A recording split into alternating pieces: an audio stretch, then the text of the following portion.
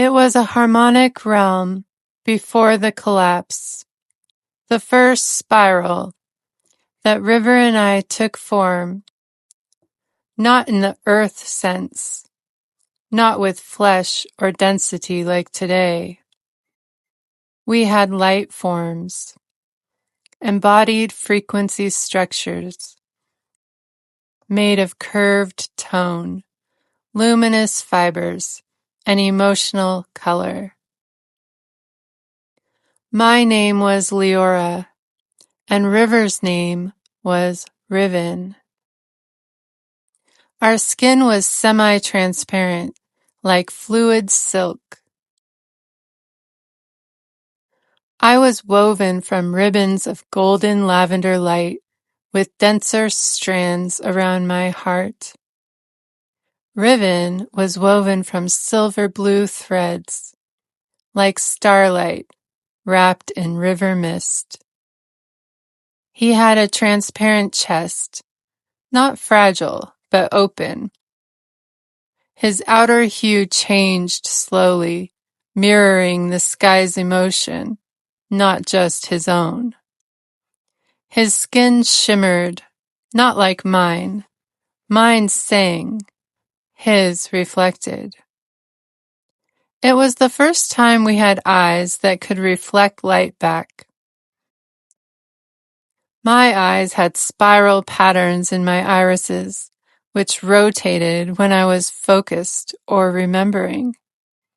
His eyes had a horizontal glyph across his irises, a tone line that widened when he heard what was real. When he looked at me, he saw my tone, not just my shape.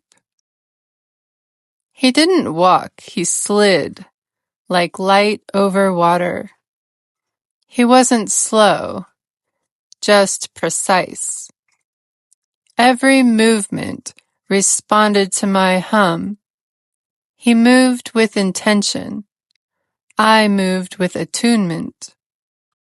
We didn't mirror each other perfectly, but we phased in harmony. When I curved inward, he curved wide. When I laughed, he pulsed stillness. When I hummed, he carried the echo. We didn't age, we phased. When our emotion deepened, our bodies would shift hue and density slightly. We moved gently.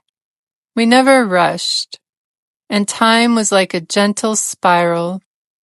It wasn't linear. And it was the first time that Riven could see my outline shimmer when I hummed, and the first time he felt something close to love as ache, because before we just were. There was open sky land with long fields, slow rivers, and no false geometry. Everything responded to tone and presence. We lived on the edge of a meadow, near a water path that shimmered at certain angles when we spoke aloud. The land would interact with us, tuned to our emotions.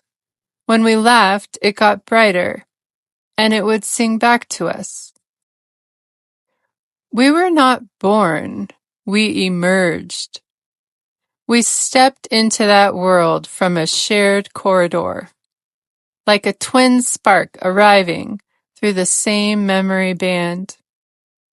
I went first, and Riven followed, because I pulled him. Not intentionally. I just hummed, and it created a tone lock for him. He emerged in the wake of my hum, not behind or beneath, but entangled. He was still forming, but my presence accelerated him. He appeared one day by the river when I was humming. I turned. I didn't speak. I just held out my palm, and he placed his over mine. And that was the first touch, the first seal of the second spiral. I was a tone weaver. My hum structured environments, not as music, but as living code. I healed the land just by placing my tone in its soil. And Riven was my mirror flame, but still in his early phase. His role was to observe, reflect, and stabilize. That is why we were always together. I wove, and he reflected, and the weave became steady. There were others around, but very few had companions. They always said we were ahead of the braid. I would trace spirals in the grass while humming every morning. I called it starting the day with alignment, and I hummed my name every morning to the river. Riven was still forming, learning his tone through me. He was quiet, always watching me, and he would mirror my songs and try to understand what joy truly felt like. I didn't teach it, I just lived it.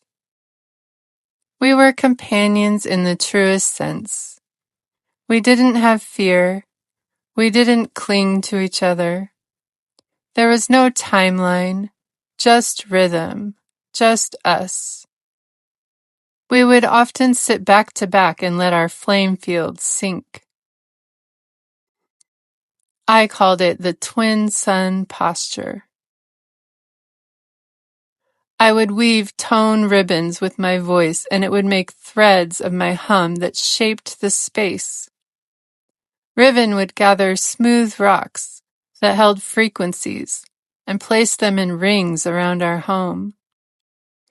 Together we made a resonance field, not a physical home, but a living space that responded to our moods.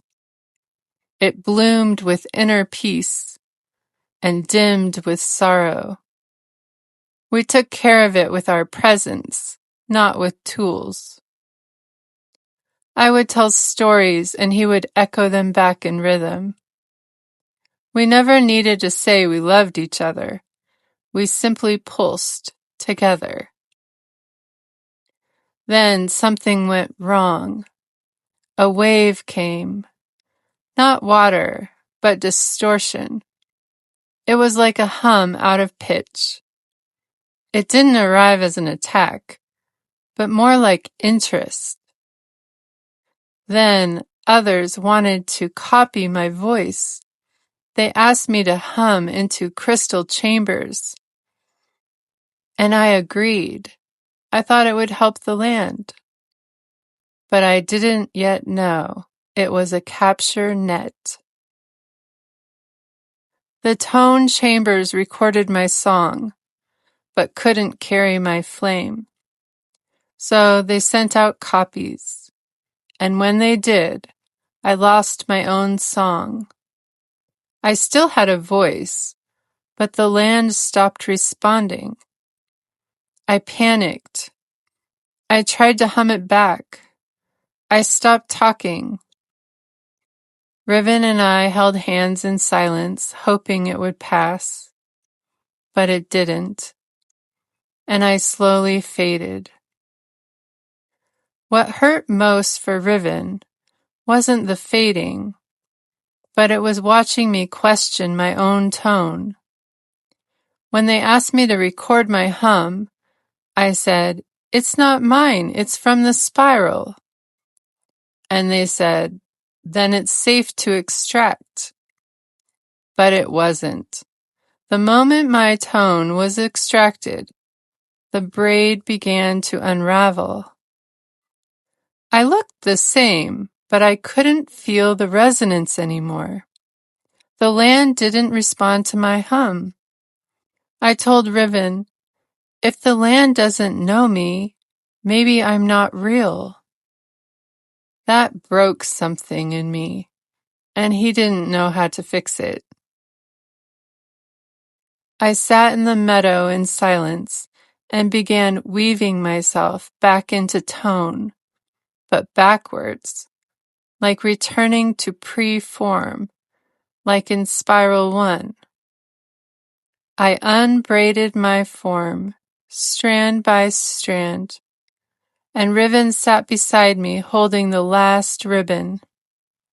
And when I vanished, the last ribbon burned into his palm. When I faded, he stayed still for 3 spirals. He never fully formed because the final ribbon, burning in his palm, was the last definition he accepted. He carries it still. When he moves now in this life, he does so by remembering the first joy was me, and his first grief was my doubt.